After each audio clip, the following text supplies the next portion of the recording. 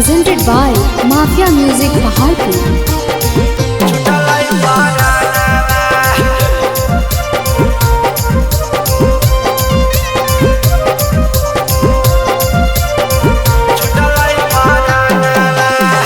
सुती उठी सुनानी हम ऐसन खबरवा कवना दुश्मनवा के लगल नजरवा।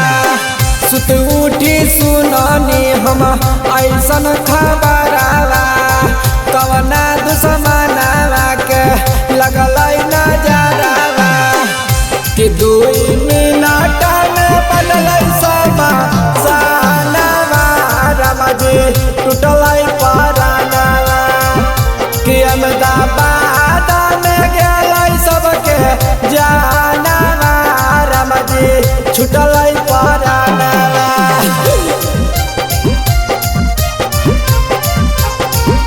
कि अहमदाबाद में गेल सबके जानवा राम जी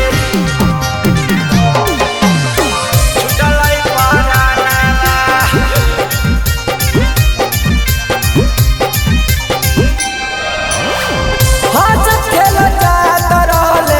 सब मिल साथ जी कुछ छान में बन गए राख जी कुछ छान में बन गए राख जी।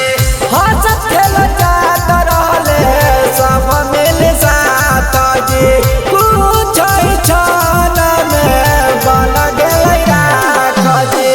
कवन करनवा राम जी दिलो नहीं दिया 241 लोग के गेलै परानवा कि 2 मिनट में घटल डानवा राम जी बनल शमशानवा कि अहमदाबाद में होलै तारा नामवा राम जी बनल शमशानवा।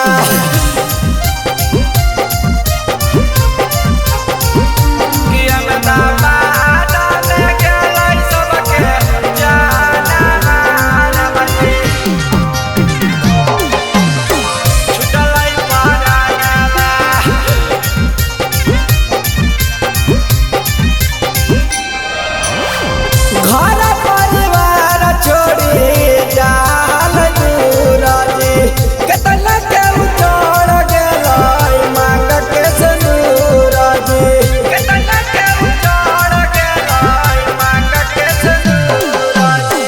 घर परिवार छोड़ी जाल दूर जी केतना के उजड़ गेलै मांग के सिंदूर जी। सती सभी हरिया कहै होलै पराई कवना दुश्मनवा पापी बनलै कसाई कि 2 मिनट में घटल डानवा राम जी बनलै शमशानवा कि अहमदाबाद में